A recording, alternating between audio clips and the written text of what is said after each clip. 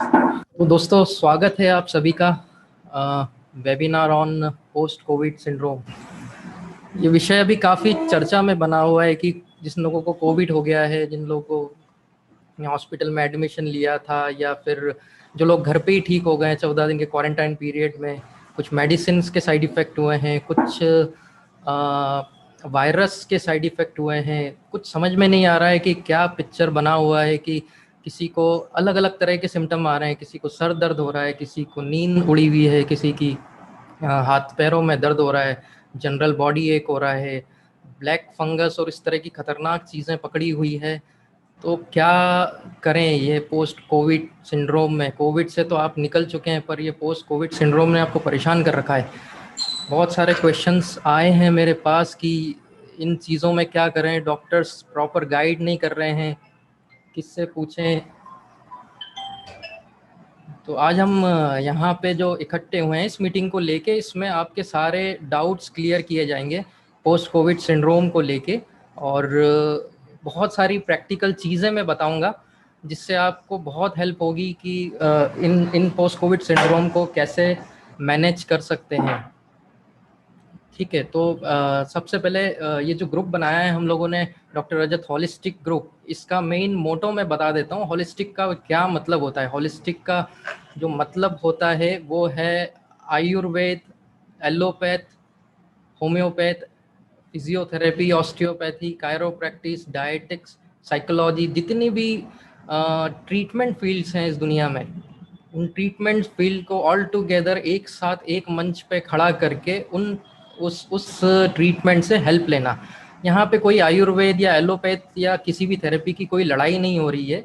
यहाँ पे एक टीम वर्क है। हमारी टीम में जो लोग हैं वो अलग अलग फील्ड से जुड़े हुए हैं, और जो आपके डाउट्स को सॉल्व करने में उसमें मदद करेंगे आपको। ठीक है, तो वो सारे क्वेश्चंस मेरे पास आपके आ चुके हैं। अब मैं पोस्ट कोविड सिंड्रोम क्या होता है वो थोड़ा सा पहले एक्सप्लेन कर रहा हूँ आपको कि पोस्ट कोविड सिंड्रोम में होता क्या है। सबसे पहले तो आपका जो वायरस, ये जो कोरोना वायरस होता है कोविड-19, ये जब इंटर करता है आपकी बॉडी में, तो उसमें आपका जो इम्यून सिस्टम होता है, वो इम्यून सिस्टम क्या करता है कि इम्यून सिस्टम उस वायरस को अटैक करके मारने की कोशिश करता है।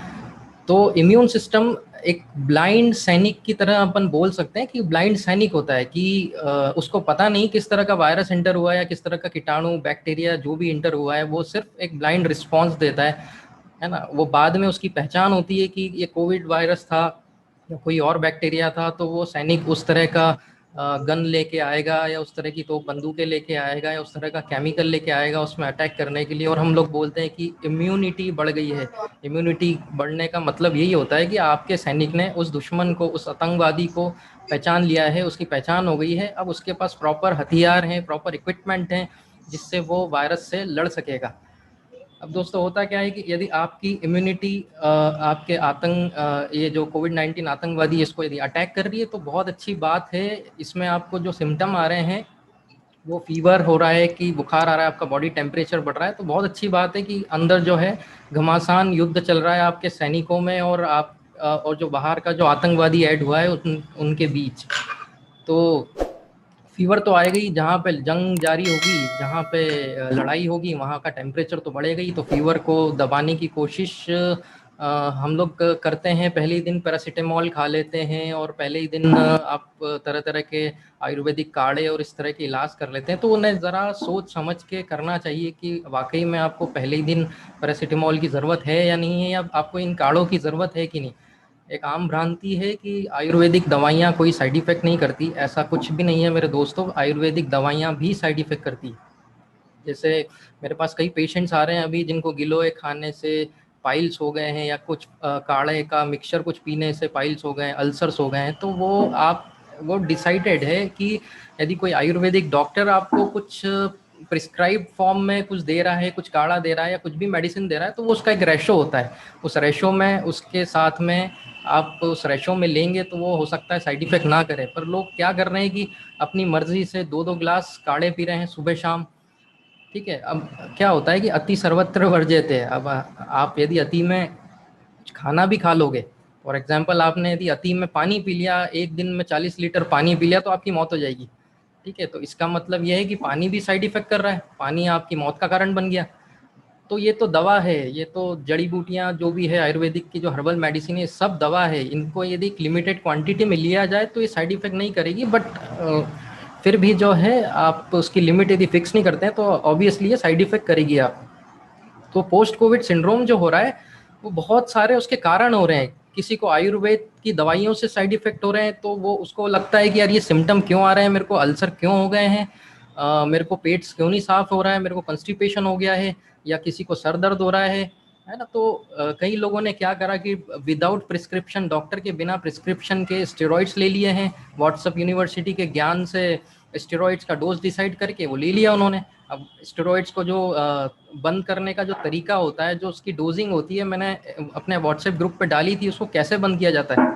लोगों ने उसको जो है एक विटामिन की गोली समझ के जब मर्जी पड़ा ले लिया, जब मर्जी पड़ा उसको बंद कर दिया। तो ऑब्वियसली वो दवा स्टेरॉइड्स है, वो साइड इफेक्ट तो करेगी यदि उसको सही तरीके से नहीं लिया गया तो वो उसके जो सिम्टम्स आ रहे हैं वो भी पोस्ट कोविड सिंड्रोम में बदल रहे हैं। कुछ लोगों ने तरह तरह के एक्सपेरिमेंट कर लिए हैं। कुछ लोगों को भाप लेने का डॉक्टर बोलता है कि आप भाप लीजिए, स्टीम लीजिए, तो स्टीम में भी लोगों ने क्या किया, दिन भर में 6-7 बार स्टीम ले लिया। अब आप सोचते हैं दोस्तों कि स्टीम का कोई साइड इफेक्ट नहीं है। मैं आज आपको बहुत बड़ा स्टीम का एक साइड इफेक्ट बताने जा रहा हूँ, जो एक बहुत बड़ा पोस्ट कोविड सिम्टम बना हुआ है। उस स्टीम का साइड इफेक्ट ये है कि उससे ब्लैक फंगस, काला फफूंद जिसको बोल रहे हैं, वो होने का चांसेस 80% से बढ़ चुका है। होता क्या है कि स्टीम जब आप लेते हैं तो पहली चीज़ तो उसका पानी नहीं बदलते हैं, ठीक है। वो पानी दिन भर में आप 6 से 7 बार यूज़ कर रहे हैं उसी स्टीम का। चलो ये एक जनरल कारण हो गया, ये एक आम आम जनता के लिए समझाने के लिए ठीक है कि पानी गंदा हो गया, उसमें फंगस जम गया होगा, वो आपने इनहेल कर लिया, उसको अपने सांस के थ्रू अंदर ले लिया, तो इससे आपको जो है पोस्ट कोविड ये ब्लैक फंगस सिंड्रोम हो सकता है। पर आपने यदि पानी भी बदला है, दिन भर में आपने उसको पानी को भी चेंज किया है, फिर भी पोस्ट कोविड सिंड्रोम में ब्लैक फंगस होने का खतरा है। वो मैं बता देता हूँ कैसे है। क्योंकि स्टीम का जो टेम्परेचर होता है वो 70 से 80 डिग्री सेल्सियस होता है। आपका बॉडी टेम्परेचर है 37 डिग्री सेल्सियस। तो जब आप स्टीम लेते हैं तो 70-80 डिग्री की स्टीम को जब आप अपनी नाक से इनहेल करते हैं तो आपका जो नाक का जो लाइनिंग है, हिंदी भाषा में उसको कहें कि नाक के अंदर की जो दीवार है, जो परतें हैं, वो जलने लगती है। अब ये 1 या 2 बार में नहीं होता है। यदि कोई व्यक्ति 5 से 6 बार स्टीम ले रहा है तो बॉडी की एक क्षमता है उसको सहन करने की, कितना टेम्परेचर सहन करेगी, तो वो वहाँ पे जो है उसकी म्यूकोजल लाइनिंग जो रहती है, उसकी जो परतें रहती है, वो जलने लगती है। तो आपको पता है कि सबसे पहले जो ब्लीडिंग होती है, जो खून आने की जो समस्या होती है, सबसे जल्दी नाक में होती है। आप गर्मियों में अभी गर्मियाँ चल रही है, आपने देखा होगा कि ज़्यादा गर्मी में आप तेज़ धूप में यदि निकल जाएं तो आपको क्या होगा, नाक से खून आने लगेगा, जिसको नक्सीर फूटना कहते हैं। ऐसा क्यों होता है? क्योंकि नाक की जो कैपिलरीज हैं, जो ब्लड वेसल्स है, वो बहुत सुपरफिशियल होती है और उनको आसानी से डैमेज किया जा सकता है। अब इन्वायरमेंट के 48 डिग्री सेल्सियस से यदि वो उसमें खून आ सकता है, तो आप सोचो 70 डिग्री की स्टीम लेंगे नाक में यदि 6 बार, दिन में 7 बार, तो क्या होगा। ऑब्वियसली वहाँ की जो दीवारें हैं, जो परतें हैं, वो टूट जाएगी, वो एक्सपोज हो जाएगी कीटाणुओं के लिए। अब वहाँ की यदि परतें टूट गई है, जिससे अपने को प्रोटेक्शन मिल रहा था कीटाणुओं से, जीवाणुओं से, अब वो प्रोटेक्शन आपने हटा दिया। अब वहाँ पे फंगस जमने लगेगा कुछ दिन में फंगस जमने लगेगा, ड्राइनेस आ जाएगी, वो फंगल इन्फेक्शन वहाँ पे ग्रो करेगा, और जिसको हम लोग अभी नाम दे रहे हैं ब्लैक फंगस। तो दोस्तों ये मैं इतना ही बताना चाहता था आपको कि डरना बिल्कुल नहीं है पोस्ट कोविड सिंड्रोम से। पहले इसको अच्छे से समझ लीजिए आप, इसको बहुत आसानी से डील किया जा सकता है। मैं बहुत छोटे छोटे तरीके बताऊंगा जिससे ये डील हो सकते हैं। तो ब्लैक फंगस से बिल्कुल नहीं डरना, उसके पहले उसका कारण समझ लीजिए। ये कोई ऐसा राक्षस नहीं है कि जो आपको ढूंढते फिर रहा है पूरे शहर में कि आपको ही लगेगा, ऐसा कुछ भी नहीं है। इसके पीछे के जो कारण है वो ये है कि आप गलत तरीके से अपना इलाज कर रहे हैं, या बिना किसी राय के, बिना किसी डॉक्टर के अपना इलाज करने बैठ गए हैं, या व्हाट्सएप यूनिवर्सिटी के ज्ञान से अपना इलाज कर रहे हैं, तो आपको ये सिम्टम और ये बीमारियां तो पकड़ेगी ही। तो पहले ध्यान रखिए, आप यदि स्टीम ले रहे हैं तो अपने डॉक्टर से कंसल्ट करके लीजिए। दिन में कितनी बार लेना है, 1 बार लेना है, 2 बार लेना है, इट्स ओके। बहुत ज़्यादा बार आपको स्टीम का इनहेलेशन नहीं करना है। ठीक है, तो इससे आप एक बहुत बड़े रिस्क से बचा जा सकता है। दूसरा एक कारण, मेरे पास एक आर्टिकल आया था, एक रिसर्च आया था कि ज़्यादा जिंक और मल्टीविटामिन खाने से भी ब्लैक फंगस हो रहा है। और ये मैंने इसमें थोड़ा सा स्टडी किया कि हाँ, ये वाकई में सच है, क्योंकि क्या होता है कि जो खाना, मल्टीविटामिन क्या है, वो आपका खाना है।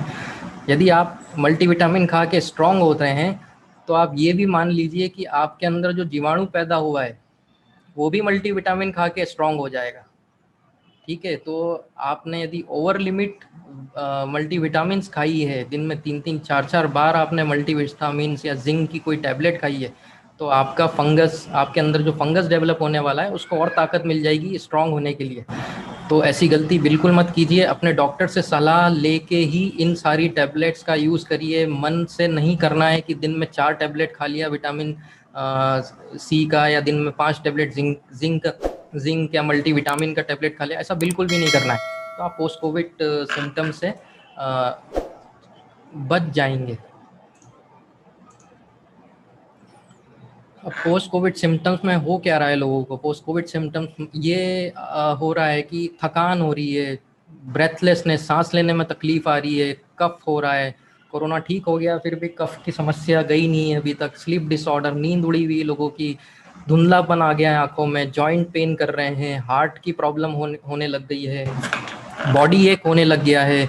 अब ये सारी जनरल टर्म्स हैं, इसमें मुझे नहीं पता आपको क्या क्या हो रहा है, पर ये सारी समस्याओं में आप सिलेक्ट कर लीजिए कि आपको कोविड होने के बाद क्या क्या हो रहा है।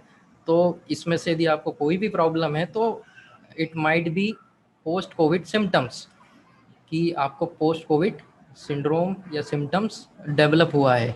तो अपने डॉक्टर से कंसल्ट करिए सबसे पहले तो, या हमारे ग्रुप पे बहुत सारे अलग अलग फील्ड के डॉक्टर्स हैं, वहाँ पे क्वेश्चन आपने डाल सकते हैं, तो आपको एक प्रॉपर सॉल्यूशन और गाइडेंस मिल जाएगा।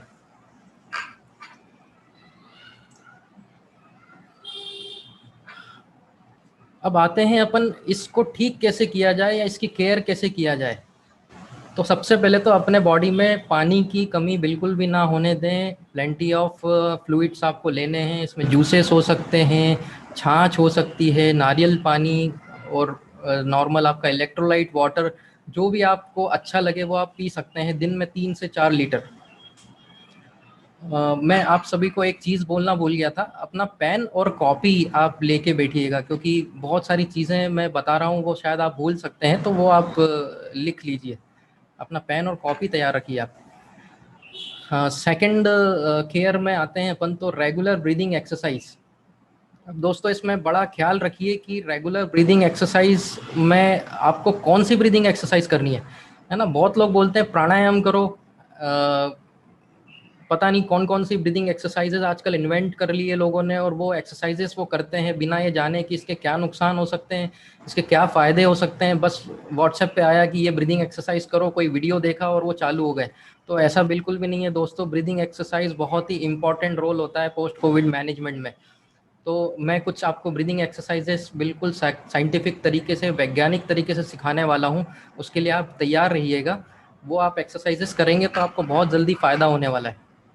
मेडिटेशन, ध्यान आप कर सकते हैं, बहुत सारे आजकल वीडियोस और अवेलेबल हैं, क्लासेस अवेलेबल हैं, मेडिटेशन आप सीख सकते हैं आपके दिमाग को शांत करने के लिए, क्योंकि आप पैनिक हो जाते हैं कोविड का नाम सुनते ही। Nutritious diet and less fasting. Nutrition, अपना सबसे पहले तो खान पान आपको सुधारना है। खान पान सुधारने में मैं तो गाइड करता हूँ सब लोगों को कि अपना जो खाना जितना नेचुरल आप रखोगे, जितना नेचुरल आप खाना खाओगे, उतना ही आप सरवाइव कर पाओगे पोस्ट कोविड सिम्टम्स से। नेचुरल खाने में आप अपने फ्रूट्स ले सकते हैं, जो भी आपको सीजनल फ्रूट अवेलेबल होता है मार्केट में वो आप खाइए। या अपन आसान शब्दों में कहें कि जो परमात्मा ने अपने को फूड दिया है खाने के लिए, वो आप खाओ तो आपको जो है प्रॉपर न्यूट्रिशन मिलेगा। फैक्ट्री मेड फूड नहीं खाना है। फॉर एग्जांपल इंदौर के लोग हैं तो नमकीन बहुत खाते हैं, इट्स इज़ फैक्ट्री मेड। ये ऑब्वियसली आपको नुकसान करेगा, क्योंकि ये आपके गॉड का बनाया हुआ फूड कभी नहीं है। एडिक्वेट स्लीप, आपको नींद प्रॉपर लेना है। मैं आऊँगा अभी उस क्वेश्चन पे कि जिसको नींद नहीं आ रही है, जिसकी नींद उड़ी हुई है, पर एक अभी जनरल गाइडेंस के लिए एडिक्वेट स्लीप आपको ज़रूरी है। कई लोगों को 14 दिन का क्वारंटाइन कंप्लीट हो गया, फिर भी 15वें दिन से वो लोग काम पे निकल जाते हैं, या उनको ऐसा लगता है कि अब तो जंग जीत गए, चलो काम पे। तो ऐसा बिल्कुल भी नहीं है। प्रॉपर रेस्ट लीजिए, आप प्रॉपर स्लीप लीजिए, काम पे जाने की जल्दी बिल्कुल भी ना करें।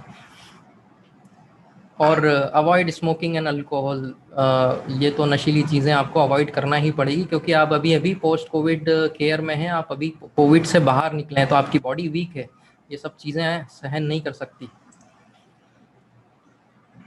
अब प्रश्न आता है कि post COVID care resume workout from the first week of post recovery. तो इसका मतलब यह है कि आप अपना काम कब से चालू कर सकते हैं यदि आपको कोविड हुआ। ये डिपेंड करता है दोस्तों, मेरे हिसाब से 14 दिन के क्वारंटाइन कंप्लीट होने के बाद आपको कोई यदि पोस्ट कोविड सिंड्रोम सिम्टम्स नहीं है, आप एकदम स्वस्थ हैं, आपका कोविड प्रोफाइल आपने करवा लिया, RT-PCR टेस्ट आपने करवा लिया और वो सब कुछ नॉर्मल है, तो 14 दिन के बाद एक हफ्ता छोड़ के आप अपने काम पे जा सकते हैं। जो लोग हॉस्पिटलाइज थे, जिनको बहुत सारी मेडिकेशन चला है, उन लोगों के लिए ये रूल लागू नहीं होता। जो लोग हॉस्पिटलाइज थे उनके लिए कम से कम 1 से 1.5 महीना पोस्ट कोविड केयर की ज़रूरत होती है। हॉस्पिटलाइजेशन होने में बहुत सारी दवाइयाँ, स्टेरॉइड्स और एंटीवायरल ड्रग्स और ये सब कुछ लगता है, तो उनके साइड इफ़ेक्ट तो कहीं ना कहीं होती हैं। उन साइड इफ़ेक्ट को वीन आउट करने के लिए, ख़त्म करने के लिए बॉडी को 1 से 1.5 महीने का टाइम चाहिए नॉर्मल होने में। तब तक आप जो है रेस्ट मोड में रहिए।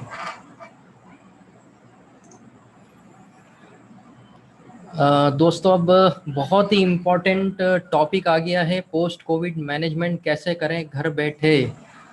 क्या कर सकते हैं आप, वैज्ञानिक तरीके से मैं आपको बताने जा रहा हूँ सारी एक्सरसाइजेस, जिससे आपका जितने भी सिम्टम आपको आ रहे हैं पोस्ट कोविड के, जो भी मैंने बताया अभी, थकान, अनिद्रा और ये सब, इन सारे सिम्टम्स में आपको मदद मिलेगी। ये मास्टर एक्सरसाइजेस जो स्क्रीन पे आपको दिख रही है, मास्टर एक्सरसाइजेस है इन सिम्टम्स को हटाने के लिए।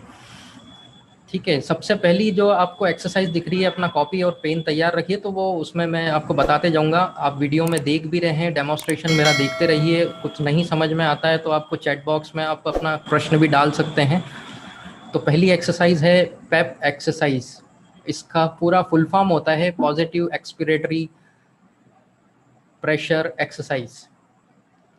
करना क्या है दोस्तों, बड़ा ही आसान तरीका है पेप एक्सरसाइज का। इसके लिए मार्केट में इंस्ट्रूमेंट्स भी अवेलेबल हैं, पर वो इंस्ट्रूमेंट 5 से 7 हज़ार रुपये के आते हैं, जिसको हर आम इंसान नहीं खरीद सकता। तो मैं आपको पेप डिवाइस बनाने का, पेप एक्सरसाइजेस करने का बहुत ही आसान घरेलू नुस्खा बता रहा हूँ, जो बिना पैसे का है। बड़े ध्यान से देखिएगा आप लोग कि क्या करने जा रहे हैं। आपको कुछ नहीं करना है, आपको सिर्फ 1 लीटर की इस तरह की बिस्लरी की बॉटल लेनी नहीं है। बिस्लरी या कोई भी प्लास्टिक बॉटल आपके घर में आसानी से अवेलेबल हो जाएगी, ये आपको ले लेना है। इसमें क्या किया है मैंने, इसमें आधा पानी से भर दिया है और आधा बॉटल खाली है। ठीक है, कुछ भी नहीं करना है। इस बॉटल में एक चुटकी कपड़े धोने का जो सर्फ आता है, आपको वो डाल देना है ना। सर्फ क्यों डालते हैं, उसको पानी के सरफेस टेंशन को कम करने के लिए, ताकि जो है इसमें थोड़ा सा सरफेस टेंशन पानी का कम हो जाए। वो थोड़ा वैज्ञानिक उसका परिप्रेक्ष्य में आपको बता रहा हूँ। तो सरफेस टेंशन कम होने से जब आप इसमें सांस फूकेंगे, तो आपकी सांस से जो पानी में हाइड्रोस्टैटिक प्रेशर डेवलप होगा, वो बड़े अच्छे से डेवलप होगा। और ये जब प्रेशर आपके लंग्स को टकराएगा, लंग्स में जो बलून्स होते हैं, जो एल्वियोलाई होती है, जब उससे टकराएगा तो उससे आपकी एल्वियोलाई, या आपके हिंदी में बोले तो फेफड़े, बहुत आसानी से खुल जाएंगे। आपका कफ रिलीज हो जाएगा। आपका यदि कफ फंसा हुआ है कोविड के बाद में, तो कफ निकल जाएगा। क्या करना है देखिएगा, इस बॉटल के माउथ को अपने माउथ से सील करना है पूरा, और इसमें सांस आपको फेंकनी है। नाक से सांस लेना है और मुंह से सांस इस बॉटल में छोड़नी है। ध्यान रखिए, आपका माउथ बॉटल के माउथ से सील होना चाहिए, एयर लीक नहीं होना चाहिए बाहर। बलून फुलाना तो आपको आते ही होगा, सिंपल वही मूवमेंट आपको करना है।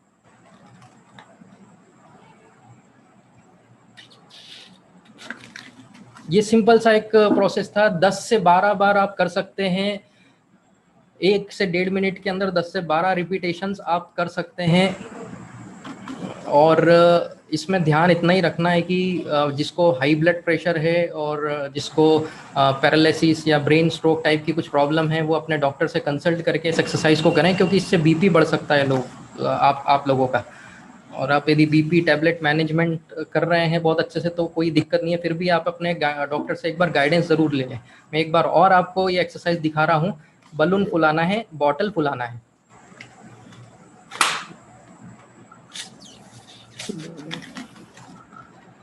तो दोस्तों ये हो गई पेप एक्सरसाइजेस। इससे बड़ी आसानी से आपको खांसी आएगी और आपका कफ बाहर हो जाएगा। जो पिछले महीने 1 महीने से जो कोविड के कारण आपके फेफड़ों में जम गया है वो कफ आपका बाहर हो जाएगा। और जैसे ही आपका कफ बाहर होगा आप बड़े आसानी से सांस ले सकेंगे, आपका ऑक्सीजन सेचुरेशन बहुत आसानी से बढ़ सकता है।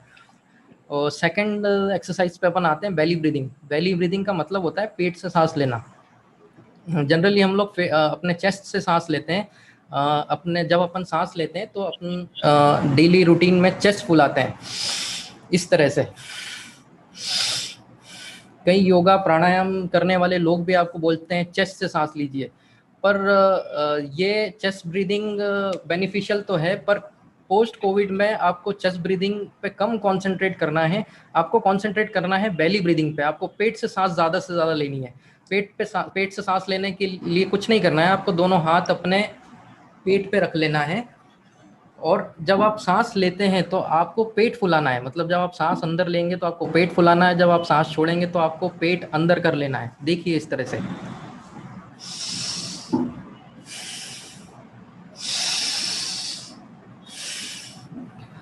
दोस्तों ये एक्सरसाइज हो गई बेली ब्रीदिंग। इससे क्या होता है, ये इम्यूनिटी बढ़ाने के लिए सबसे अच्छी एक्सरसाइज है। और आपकी बॉडी में जो स्टेमिना कम हो गया, जो आप बोल रहे हैं कि थकान लगती है, काम करने की इच्छा नहीं होती है, स्टेमिना कम हो गया, उस स्टेमिना को बढ़ाने के लिए ये मास्टर एक्सरसाइज बेली ब्रीदिंग होती है।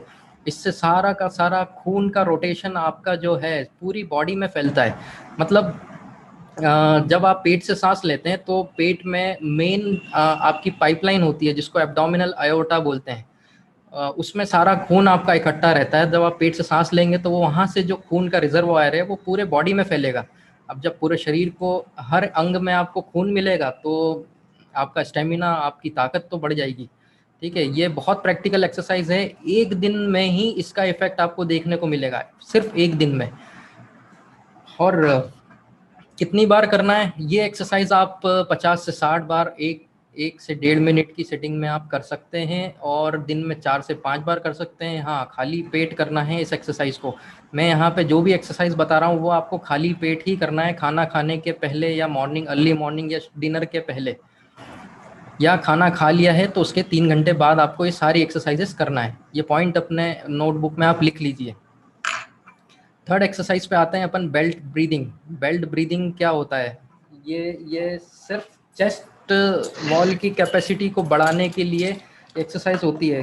क्या होता है दोस्तों, जब हम सांस लेते हैं तो सांस लेने के लिए आपको फेफड़े मजबूत हों ऐसा नहीं है। फेफड़े तो मजबूत होना ज़रूरी है ही, लेकिन आपकी जो चेस्ट वॉल की जो मांसपेशियां हैं, इसको इंटरकोस्टल मसल्स बोला जाता है, वो भी स्ट्रांग होना बहुत ज़रूरी है। इंटरकोस्टल मसल्स आपके पूरे सीने पे फैली होती है। यदि आपकी ये मसल्स काम नहीं कर रही है या कम काम कर रही है तो आप अपने फेफड़ों को प्रॉपर फुला नहीं पाएंगे, जिससे ऑक्सीजन सेचुरेशन आपका हमेशा कम मिलेगा। क्योंकि दिन भर आप पेट से सांस तो नहीं ले सकते। पेट से सांस लेना तो एक एक्सरसाइज टेक्निक है जो आपके सिम्टम्स को कम करने के लिए बताई है। दिन भर अपन जो सांस लेते हैं वो लेते हैं चेस्ट ब्रीदिंग। चेस्ट ब्रीदिंग आप नॉर्मल कोर्स में आप ब्रीदिंग जो करते हैं, लेकिन यदि आपकी मांसपेशियां कमजोर है चेस्ट की तो आप जो हर सांस जो लेंगे उसमें ऑक्सीजन का कॉन्सेंट्रेशन हमेशा कम रहेगा, तो आपको ऑक्सीजन सेचुरेशन कम मिलेगा। तो उसको बढ़ाने के लिए क्या करना है, आपको सिंपल सा ऐसा बेल्ट लेना है जो पैंट में लगाते हैं। ठीक है, इस बेल्ट को अपने चेस्ट पे आपको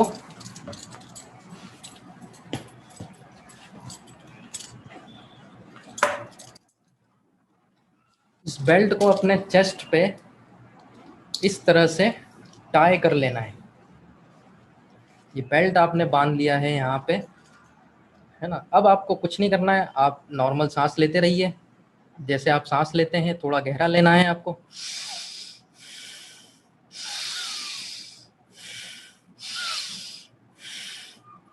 ठीक है दोस्तों, तो ये बेल्ट ब्रीदिंग बड़ी आसान एक्सरसाइज है और बड़ी इफेक्टिव एक्सरसाइज है, जिसको चमत्कारिक एक्सरसाइज भी बोलते हैं हम लोग। कि आपने सिर्फ एक बेल्ट बांध लिया और अपने चेस्ट पे बांध लिया, और उससे आप जैसे नॉर्मल सांस ले रहे हैं वैसे नॉर्मल सांस लेते रहिए। तो इससे क्या होगा, आपका सबसे पहले तो ऑक्सीजन सेचुरेशन बढ़ेगा, आपके फेफड़ों में ताकत डेवलप होगी, आपके चेस्ट वॉल में आपकी इतनी ताकत आ जाएगी कि फिर आप 5 मिनट की एक्सरसाइज करके आप 1 किलोमीटर वॉक जब करेंगे या 6 मिनट वॉक टेस्ट अब जब करेंगे, तो आपका ऑक्सीजन सेचुरेशन हमेशा 95-95 से आपको ऊपर ही मिलेगा, प्रोवाइडेड आपको कोई अदर डिसीज ना हो। तो आज से ही एक्सरसाइजेस आपको ट्राई करनी है, और इसका रिजल्ट जो भी मिलेगा आपको, उसका फीडबैक जो है आप ग्रुप पे शेयर करिए ताकि दूसरों को मोटिवेशन मिल सके। चौथी एक्सरसाइज पे अपन आते हैं, पर स्लिप ब्रीदिंग।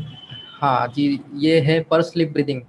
ये बहुत आसान एक्सरसाइज है, और नॉर्मल कोर्स में हर आदमी आज आज हर आदमी को पता है ये एक्सरसाइज क्या होती है, पर उसका इस्तेमाल कैसे करना या उसके क्या फ़ायदे हैं वो नहीं पता। मैं आपको बता देता हूँ कि पर स्लिप ब्रीदिंग क्या होती है। दोस्तों, आपने अपने जीवन में कभी ना कभी सीटी तो बजाई होगी, ठीक है? हाँ जी, सीटी बजाने को ही पर स्लिप ब्रीदिंग कहते हैं। तो मैं आपको एक बार थोड़ा सा डेमोन्स्ट्रेशन दे देता हूँ। अच्छी बात नहीं है सीटी बजाना, लेकिन एक्सरसाइज के पर्पज से अपन बजा रहे हैं।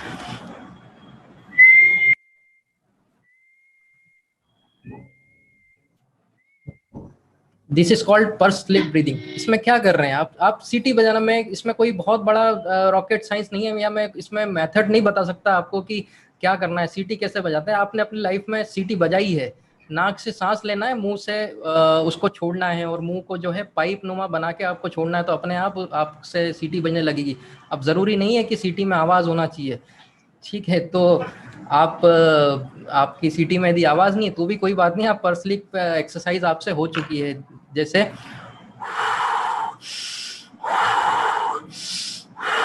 ये बिना आवाज़ की सीटी भी आपको उतना ही फ़ायदा देगी जितनी आवाज़ वाली सीटी आपको देती है। तो इस पर स्लिप ब्रीदिंग से होता है क्या है कि आप जब सीटी बजाते हैं या इस तरह की एक्सरसाइज आप जब करते हैं, तो आप एक पाइप नुमा आउट होल से सांस को बाहर फेंकते हैं, जिससे कार्बन डाइऑक्साइड जो होती है, आपकी जो कार्बन डाइऑक्साइड वो कॉन्सेंट्रेट होती है आपके फेफड़ों में। अब मुझसे ये क्वेश्चन लोग पूछेंगे, उससे पहले ही मैं उसका उत्तर दे देता हूँ कि लोग पूछेंगे कि कार्बन डाइऑक्साइड इकट्ठी हो गई फेफड़ों में तो ये तो खतरनाक हो गया, हमको तो ऑक्सीजन की ज़रूरत होती है। तो दोस्तों, ऐसा नहीं है। जितनी ज़्यादा ऑक्सीजन की ज़रूरत होती है हमें, उतनी ही ज़्यादा कार्बन डाइऑक्साइड की ज़रूरत भी होती है। आप प्योर ऑक्सीजन नहीं ले सकते, ये एक मिथ है ना? तो आप व्हाट्सएप यूनिवर्सिटी के ज्ञान से या इधर उधर के नॉलेज से आप बोलते हैं कि ऑक्सीजन लेना है तो ऑक्सीजन कॉन्सेंट्रेशन बढ़ाओ, है ना, ऑक्सीजन खींचो। इन्वायरमेंट में ऑक्सीजन 100% नहीं होती। इन्वायरमेंट में जो ऑक्सीजन का परसेंटेज होता है वो 21% ही होता है, बाकी तो कार्बन डाइऑक्साइड, नाइट्रोजन और हीलियम इस तरह की गैसेस होती है। तो आप वो गैस अपने अंदर इनहेल करते हैं ना नॉर्मल एयर में, तो ऑक्सीजन मिली कितनी है आपको? 21% तो मिली। 21% में ही आपका 100% ऑक्सीजन सेचुरेशन रहता है, ठीक है? तो कार्बन डाइऑक्साइड और नाइट्रोजन का होना भी बहुत ज़रूरी है आपकी ब्रीदिंग में। यदि वो हटा देंगे उस एयर में से तो आप सांस नहीं ले पाएंगे मेरे दोस्तों। आपकी आपके जो फेफड़े हैं वो जल जाएंगे, क्योंकि ऑक्सीजन आपको पता है जलने के लिए ज़रूरी गैस होती है। जब आप माचिस जलाएंगे तो बिना ऑक्सीजन के वो माचिस आपकी जलेगी नहीं, क्योंकि उसमें ऑक्सीजन की ज़रूरत होती है। तो प्योर ऑक्सीजन कोई कैसे ले सकता है? प्योर ऑक्सीजन लेंगे आपके फेफड़े जल जाएंगे। तो पर स्लिप ब्रीदिंग करिए, जिससे आपको मिक्सचर ऑफ द गैसेस वो तो और भी गिरा दी मिले, उसको। कार्बन डाइऑक्साइड मिले, जिससे आपको ब्रेन को सेंसेस को पता लगे कि हाँ, नॉर्मल एयर आ रही है, कार्बन डाइऑक्साइड इकट्ठी हो रही है, इसीलिए ऑक्सीजन लेने की ज़रूरत पड़ रही है। आपका ब्रेन सिग्नल देगा कि अब ऑक्सीजन लेने की ज़रूरत है, ऑक्सीजन लीजिए। तो आपका ब्रेन खुद ब खुद अपने फेफड़ों को कमांड देगा ऑक्सीजन लेने के लिए, आपके चेस्ट वॉल को फुलाएगा, और इससे आपका ऑक्सीजन सेचुरेशन अपने आप बढ़ेगा। और मैं पर स्लिप ब्रीदिंग, बेल्ट ब्रीदिंग, बैली ब्रीदिंग, पेप एक्सरसाइज, ये 4 आपने सीख लिए हैं। ये 4 मास्टर एक्सरसाइजेज हैं। इससे आप जो है बहुत आसानी से अपना ऑक्सीजन सेचुरेशन बढ़ा सकते हैं। मैं आपको एक एक्स्ट्रा ब्रीदिंग बता रहा हूँ, शायद इसमें मैंने एक नाम लिखना भूल गया। मैं आपको बता देता हूँ, जिसको बोलते हैं बैक ब्रीदिंग। पॉलीथीन या बैक ब्रीदिंग में आपके पास जो है कुछ भी आप ले लीजिए, आपके पास इस तरह की घर में पॉलीथीन होती है, थैली होती है।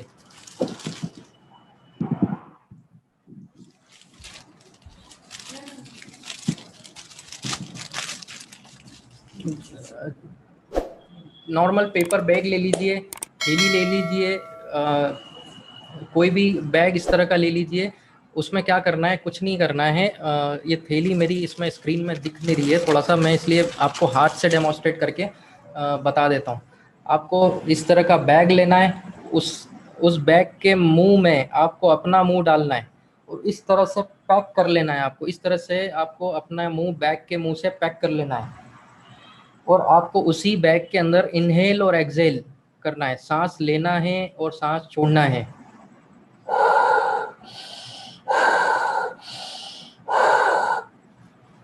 समझ गए? कुछ भी नहीं करना है। आपने बचपन में अपने ये एक्टिविटी बहुत बार की होगी कि बैग फुलाया और उसको फोड़ दिया, है ना? बस सेम वही मूवमेंट है। बैग के अंदर आपको सांस लेना है और बैग के अंदर से सांस छोड़ना है। तो इसको बोलते हैं बैग ब्रीदिंग। तो इससे होता यही है कि आपको कार्बन डाइऑक्साइड, नाइट्रोजन, सारी गैसेस एक प्रचुर मात्रा में मिल जाएगी और आपका ऑक्सीजन सेचुरेशन बढ़ने में आपको मदद मिलेगी। इस एक्सरसाइज को आप कितनी भी बार कर सकते हैं और दिन में कितनी भी बार कर सकते हैं। तो ये सारी एक्सरसाइजेस मैंने आपको सिखा चुका हूँ। आपका यदि इसमें कोई भी डाउट हो तो चैट बॉक्स में लिख दीजिएगा या व्हाट्सएप ग्रुप पे डाल दीजिएगा, तो हम लोग आपको वो डाउट सॉल्व कर देंगे।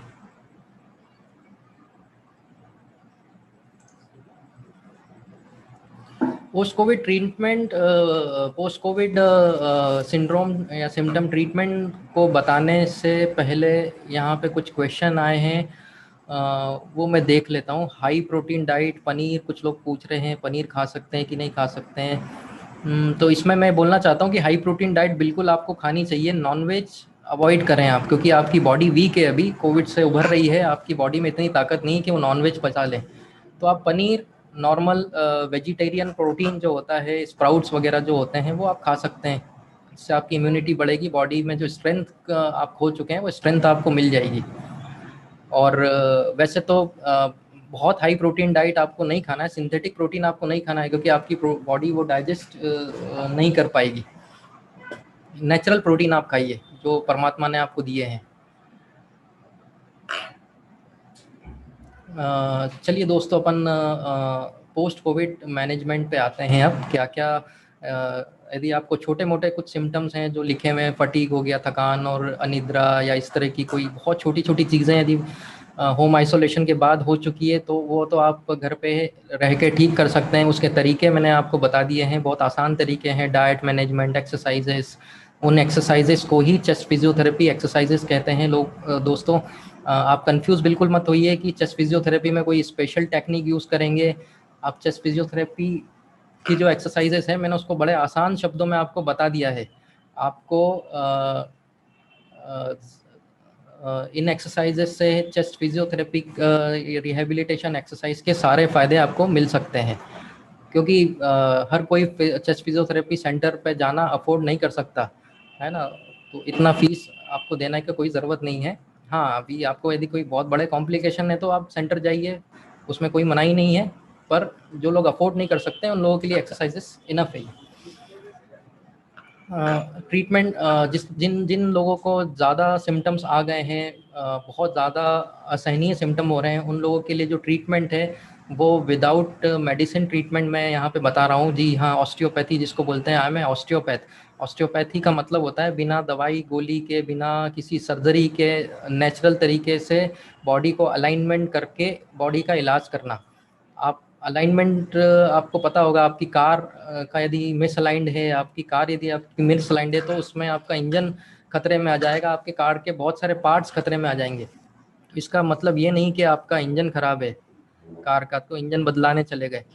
आपके कार के पहियों का अलाइनमेंट खराब है, उसकी वजह से आपका इंजन पे लोड आके वो इंजन खराब हो सकता है। तो कुछ नहीं करना है, एक अलाइनमेंट में 50 ग्राम का वेट कार में मैकेनिक जो डालता है, आपकी कार का इंजन पे लोड हट जाता है, आपकी कार स्मूथ चलने लगती है।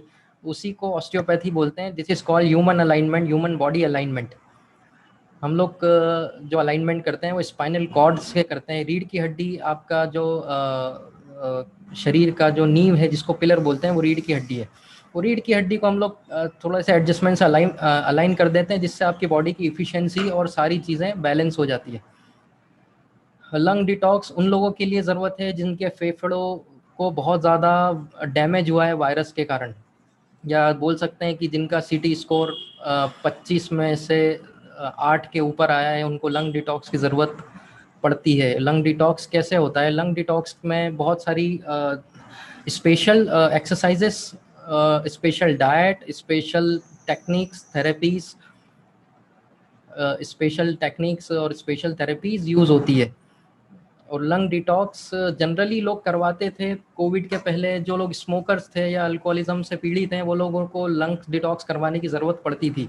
तो ये सिर्फ वही लोग पहले करवाते थे जो अपने स्मोकिंग के कारण डैमेज हुए लंग्स को रिन्यू करवाना है या रिवाइव करवाना है। और आजकल लंग डिटॉक्स की ज़रूरत बहुत लोगों को पड़ रही है, जिससे होता क्या है कि आपके लंग्स की जो कैपेसिटी है वो फिर से वैसी हो जाती है जैसे पहले थी। आपका जो लंग्स के अंदर जो कफ जमा हुआ है वो सारा निकल जाता है। आपके जो डैमेज हुआ है, फाइब्रोसिस जिसको बोलते हैं, वो आपका फाइब्रोसिस क्लियर हो सकता है लंग डिटॉक्स से। तो उसके बहुत सारे तरीके होते हैं, वो स्पेशल तरीके अभी इस वेबिनार में मैं डिस्कस नहीं कर सकता, टाइम की थोड़ी सी कंस्ट्रेन है। वो आप पर्सनली मुझसे ग्रुप पे मैसेज डाल दीजिएगा तो मैं आपको सारी डिटेल लंग डिटॉक्स की दूंगा।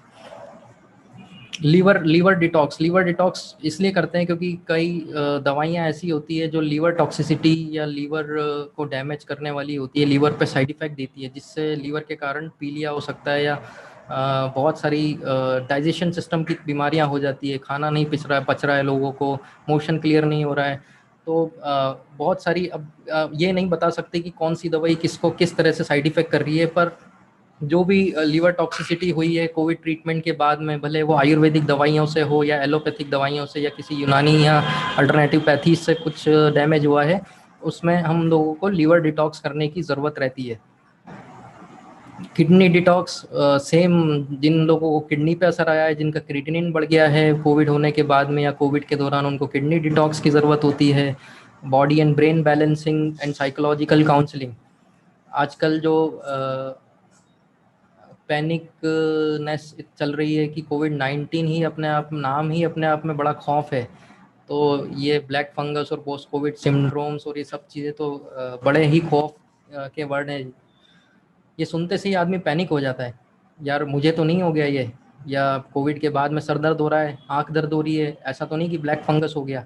क्योंकि उस उन चीज़ों का इलाज महंगा है, इसलिए लोग पैनिक हो जाते हैं कि एक बार वो हो गया तो 10-20 लाख रुपए का इलाज हर कोई अफोर्ड नहीं कर सकता। तो इसलिए आपको पैनिक होने की ज़रूरत नहीं है। प्रॉपर अपने डॉक्टर के गाइडेंस में रहिए, प्रॉपर चेकअप करवाते रहिए। कोविड यदि हो आपको है या कोविड हो चुका है, फिर भी आपको कोविड प्रोफाइल हर 10वें दिन या हर 11वें दिन आप करवाइए, जिसमें आपको अपने बॉडी के पैरामीटर्स पता चल सकें कि आपकी बॉडी में क्या हो रहा है, क्या नहीं हो रहा है, आपके पैरामीटर्स कैसे हैं। कुछ लोगों के मेरे पास फ़ोन आए थे कि कोविड होने को 7वां दिन है, आज 8वां दिन है, क्या करें? तो टेस्ट नहीं करवाया, पहले दिन टेस्ट करवाया था वो तो ओके था, अभी टेस्ट करवाने की ज़रूरत है कि नहीं? तो मैं बोलता हूँ दोस्तों कि आपको यदि कोविड है तो हर तीसरे दिन कोविड प्रोफाइल आपको करवानी है, तीसरे या चौथे दिन। क्योंकि कई एग्जाम्पल्स ऐसे हैं जिसमें पहले दिन टेस्ट रिपोर्ट नॉर्मल थी और चौथे और पाँचवें दिन जब टेस्ट अगेन करवाया तो उनके पैरामीटर्स गड़बड़ हो गए और उनको एडमिट करने की ज़रूरत भी आ गई है। तो अपना COVID profile test, blood profile जो है, आप हर चौथे दिन आप रिपीट करवाते रहिए। साइकोलॉजिकल काउंसलिंग की बहुत ज़रूरत पड़ रही है आजकल लोगों को, क्योंकि पैनिकनेस इतनी बड़ी हुई है कि लोगों का दिमाग काम नहीं कर रहा है, ना कंसंट्रेशन बन रहा है, ना फोकस बन रहा है, ना किसी काम में मन नहीं लग रहा है। हर तरफ कोविड का जो माहौल बना हुआ है, उसके लिए साइकोलॉजिकल काउंसलिंग की बहुत ज़्यादा ज़रूरत है। Diet planning and modification. Diet planning मैंने आपको बता ही दिया है कि नेचुरल डाइट खाइए जितना हो सके, नेचुरल वेजिटेरियन प्रोटीन खाइए, नॉनवेज बिल्कुल मत खाइए इस दौरान। और परमात्मा ने जो पैदा किए हुए फल और सब्जियां हैं वो आपको ज़्यादा से ज़्यादा लेना है, क्योंकि आपकी बॉडी अभी उस लायक नहीं है कि भारी खाना पचा सके। आपको हमेशा 1 से 1.5 महीने तक इसमें हल्का भोजन ही करना है ताकि आपकी बॉडी पचा सके और आप बॉडी एनर्जी आपको फटाफट दे सके। अब लोग क्वेश्चन पूछते हैं कि हम तो मालवा के लोग हैं, सेव मिक्सचर और दाल बाटी ये खा सकते हैं कि नहीं? तो दोस्तों मेरा उसमें एक ही आंसर रहेगा, हर तरह के प्रश्न में एक ही आंसर है कि हल्का खाना मतलब नेचुरल फ्रूट, नेचुरल फूड में आपके वेजिटेबल सैलेड आ सकता है, वेजिटेबल फ्रूट सैलेड आ सकता है। और ये जो भी जो भारी खाना होता है, जो ट्रेडिशनल फूड होता है, उसमें घी और तेल का बड़ा इस्तेमाल होता है, तो वो आप अवॉइड करिए, तो आपके लिए ठीक होगा। दोस्तों अभी इन सब चीज़ों पे एक थोड़ा सा मैं, ये जो ट्रीटमेंट है, आप इस ट्रीटमेंट में आपके बहुत सारे प्रश्न हो सकते हैं कि सर कैसे होगा lung detox, liver detox, kidney detox, समझ में नहीं आ रहा, कुछ कहाँ करवाएं, क्या करें। तो इसके लिए बहुत सारे मेथड्स इंदौर में यूज़ होते हैं। ऑस्टियोपैथी, कायरोप्रैक्टिस जो बोलते हैं, I M osteopath and chiropractor. Spine alignment हम लोग करते हैं और बॉडी अलाइनमेंट करते हैं। उसके लिए मुश्किल से 2 या 3 दिन की ज़रूरत होती है, उसमें आपका स्पाइन अलाइंड हो जाता है। लंग डिटॉक्स आयुर्वेदिक पंचकर्मा से भी होता है, नेचुरोथेरेपी से भी होता है, बहुत सारे तरीके हैं लंग डिटॉक्स करने के लिए, लिवर डिटॉक्स करने के लिए, किडनी डिटॉक्स करने के लिए, बॉडी एंड ब्रेन बैलेंसिंग करने के लिए। तो यहाँ पे जो है बहुत सारे आयुर्वेदिक तरीके भी हैं, नेचुरोपैथिक तरीके भी हैं डिटॉक्स करने के लिए। आप यदि सर्च करेंगे गूगल पे तो इन सब तरीकों के बारे में आपको पता लग जाएगा कि इन तरीकों से भी ये सारी चीज़ें हो सकती है। जो दवाइयाँ आपने खाई है या वायरस ने आपको जो डैमेज किया है, उन डैमेज को अपन क्लियर कर सकते हैं इन सब नेचुरल तरीकों से। इसके बाद कुछ क्वेश्चंस आए थे मेरे पास कुछ पेशेंट्स के कल, वो मैं एक बार बता देता हूँ उन लोगों को। वैसे तो मेरे ख्याल से सारे क्वेश्चंस के आंसर्स आपको मिल चुके होंगे, फिर भी कुछ स्पेशल चीज़ रह गई है तो मैं उसको डिस्कस कर लेता हूँ। किसी ने पूछा है कि छोटी छोटी पेनफुल फुंसियाँ हो गई है फोरहेड पे, तो और लेग पेन होता है, ये क्या पोस्ट कोविड सिंड्रोम है, इसकी रिकवरी कैसे होगी, कान के पीछे और फोरहेड पे दर्द हो रहा है, ये सब चीज़ें जो हैं। तो ये मैं ये बताना चाहता हूँ कि ये जो भी पेशेंट है, इन्होंने जो ये क्वेश्चन पूछा है, इसमें वेग से सिम्टम्स आपने लिखे हैं। ज़रूरी नहीं कि ये सारे सिम्टम कोविड के कारण आए हैं, कुछ सिम्टम्स आपको पहले की बीमारी के भी हो सकते हैं। फुंसियाँ होना बॉडी में हीट ज़्यादा होने की वजह से हो सकता है, या खून की खराबी से हो सकती है, या तो आपने एडमिशन लिया हो, कोविड के कारण आप एडमिट हुए हों, आपको बहुत सारी दवाइयाँ चली हो, उस वजह से आपको ये फुंसियाँ हो सकती है। तो उसमें घबराने की कोई बात नहीं है, आप बर्फ़ का सेक करिए उन फुंसियों के ऊपर, वो कुछ ही दिन में ठीक हो जाएगी। और रही बात बॉडी पेन की और लेग पेन और इन सब की, तो आप ब्रीदिंग एक्सरसाइजेज जो मैंने आपको बताई है वो आप करिए, तो उसमें आपको बहुत फ़ायदा होगा। और अपना डाइट मेंटेन रखिए, नेचुरल खाना खाइए।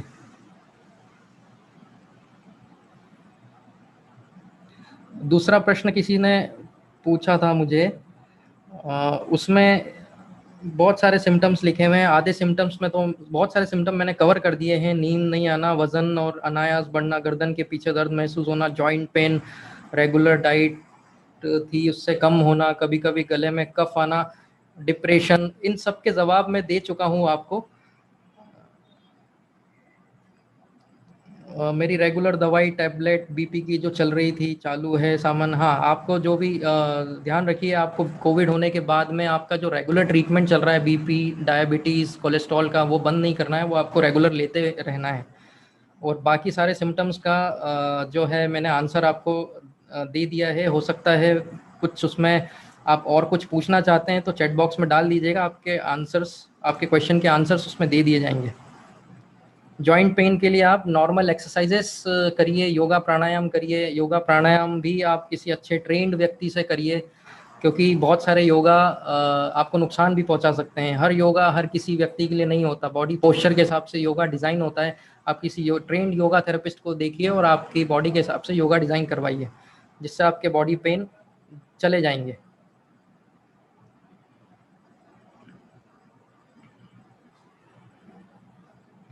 ऑलमोस्ट मैंने सारे प्रश्नों के उत्तर सेटिस्फैक्ट्री आंसर दे दे दिए हैं। अब चैट बॉक्स में देख लेता हूँ कि कुछ प्रश्न।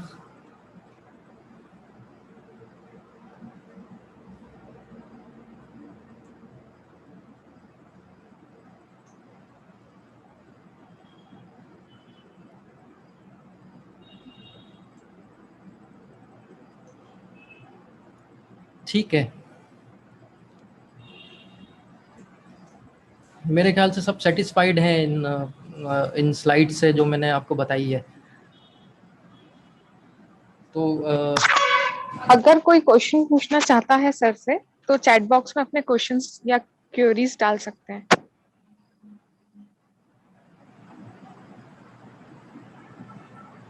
इस्माइल टेस्ट 1.5 मंथ से ज़्यादा हो गया है, अभी तक आया नहीं है। बेफिक्र रहिए, आपको इसमें 3 महीने लगते हैं, किसी को 1 महीने में स्मेलो टेस्ट आ जाता है, किसी को 3 महीने लगते हैं। नॉर्मल सिम्टम है, आप बेफिक्र रहिए, अपने आप आ जाएगा। हाँ, उसके लिए आपको एक्सट्रीम में स्टीम इनहेलेशन नहीं करना है। जैसे मैंने आपको बताया, स्टीम इनहेलेशन ज़्यादा करेंगे तो आपको ब्लैक फंगस होने का खतरा है और अदर इन्फेक्शन होने का खतरा है।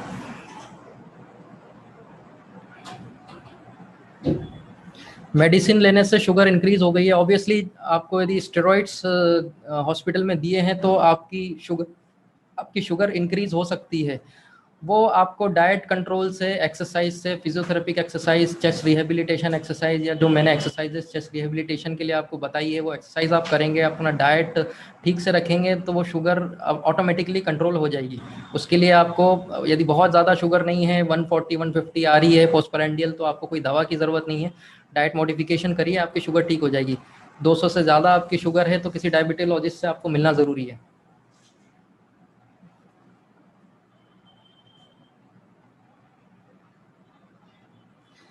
जी हाँ, योगा का गाइडेंस हम लोग देंगे। उसके लिए एक अलग से वेबिनार योगा पे मैं एक योगा एक्सपर्ट के साथ में करूँगा, उसके लिए थोड़ा सा इंतज़ार करिएगा। राइट ईयर में पेन है, including neck, year and right side. ये डिपेंड करता है पेन क्यों है आपको। पोस्ट कोविड सिंड्रोम हुआ या नहीं हुआ ये मुझे पता नहीं है, क्योंकि मुझे ये नहीं पता कि आपको कोविड हुआ था कि नहीं। राइट ईयर में और नेक में पेन होने के बहुत सारे कारण हैं, जिसमें एक कारण सबसे मेजर सर्वाइकल स्पॉन्डिलाइटिस है। अपना गर्दन से यदि पेन हो रहा है तो सर्वाइकल स्पॉन्डिलाइटिस से हो सकता है, तो गर्दन का एक्सरे करा के उसको चेक किया जा सकता है। और पोस्ट कोविड है, यदि कोविड होने के बाद में ये दर्द हुआ है तो सबसे पहले तो रूल आउट करवा लीजिए कि ब्लैक फंगस का दर्द तो नहीं है। वो कोई भी आपका जनरल फिजिशियन या ईएनटी स्पेशलिस्ट रूल आउट कर देगा। वो यदि रूल आउट हो जाता है तो बेफिक्र रहिए, वो दर्द जो है एक्सरसाइज, नॉर्मल एक्सरसाइज से, फिजियोथेरेपी से आपका जा सकता है, कोई घबराने की ज़रूरत नहीं है। वेट गेन होना नॉर्मल है क्या? वेट गेन अब 2 कारणों से हो रहा है। एक तो 14 दिन का जो आइसोलेशन होता है उसमें लोग खूब खा पी रहे हैं, प्रोटीन शेक दबा के पिया है लोगों ने, काम कुछ किया नहीं है, लेटे रहे हैं, वो भी एक कारण है वेट गेन होने का। और स्टेरॉइड से भी वेट गेन होता है। स्टेरॉइड का तो नॉर्मल फंक्शन है, एक एक एक इफेक्ट है स्टेरॉइड का, साइड इफेक्ट है जिसमें वेट इंक्रीज होता है। तो यदि स्टेरॉइड से आपका वेट इंक्रीज हुआ है तो बेफिक्र रहिए, कुछ दिन में आपका डाइट कंट्रोल से वो ठीक हो जाएगा।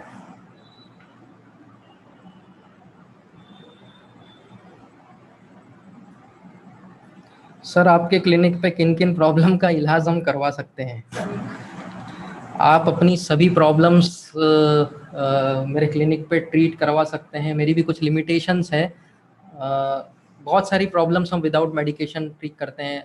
ऑलमोस्ट एवरी सिस्टम की, digestive system, respiratory system, spinal cord और न्यूरोलॉजिकल एंड ऑर्थोपेडिक डिसीजेस की जो रिलेटेड प्रॉब्लम्स है, विदाउट मेडिसिन हम लोग मैनेज करते हैं उसको। उसमें कोई दवा की ज़रूरत नहीं होती है।